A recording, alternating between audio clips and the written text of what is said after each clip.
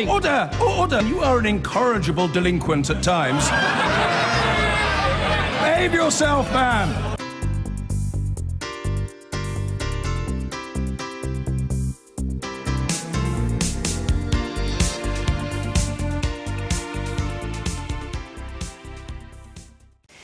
In a dramatic new raising of the stakes, North Korea has threatened to detonate a hydrogen bomb over the Pacific.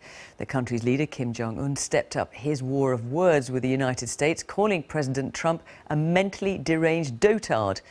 For those of you not familiar with the term, dotard means someone who is old and senile.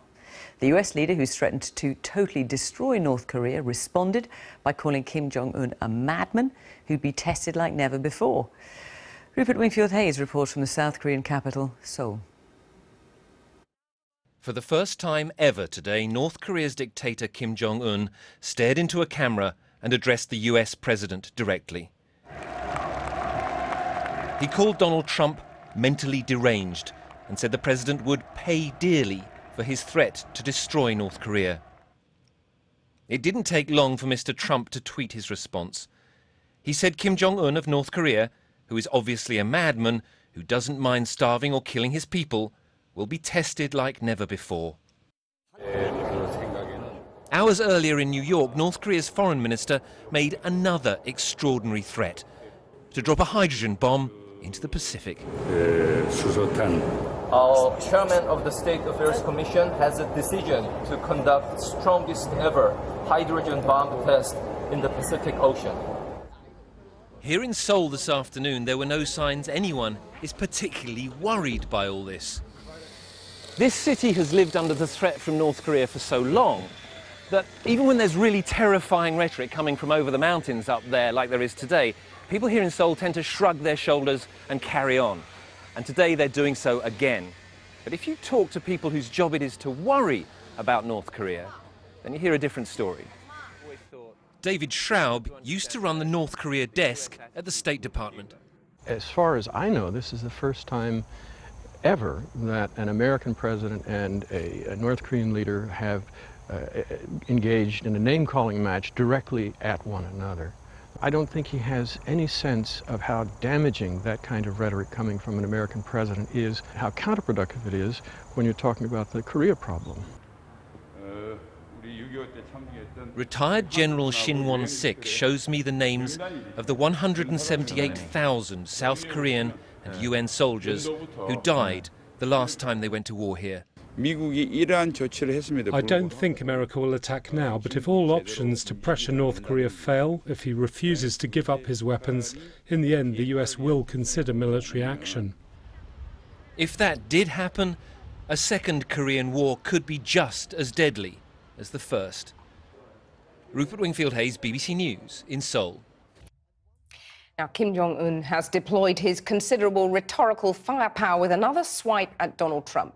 After he called the North Korean dictator a rocket man on a suicide mission, Kim Jong-un hit back, labelling the American president a mentally deranged US dotard.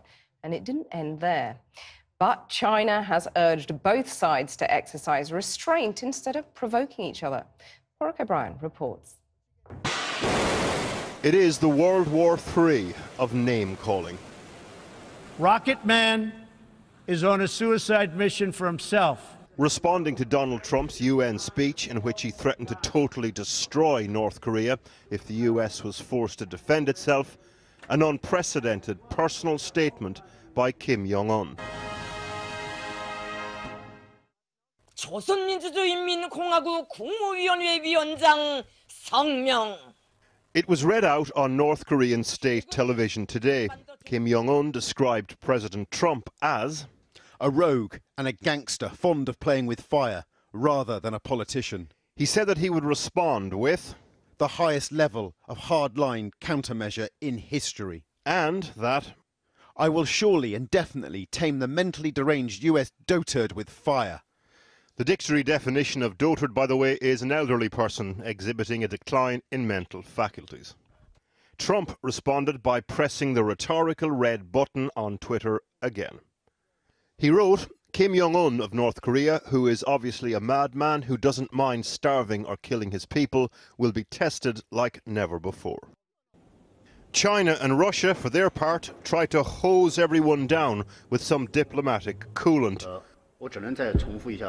China said the situation was complicated and sensitive. The Kremlin was, quote, deeply concerned by the escalation of tensions. The type of diplomatic speak that once upon a time was the norm.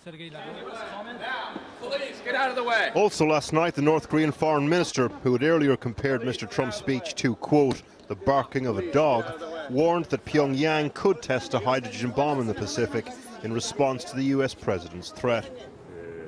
A warning that came with the caveat, we've no idea what actions will be taken, he said, as it will be ordered by Kim Jong-un. Like threats to bracket Guam with missile strikes, which were threats made in August, they've clearly given this as an option that Kim Jong-un could choose to pursue or equally not to pursue. Aside from the rhetoric yesterday, the US president signed a new executive order extending sanctions on foreign financial institutions doing business in North Korea. China, the ones that really matter in terms of the North Korean economy, have not gone that far. There is a strange over-the-top theatre to this war of words.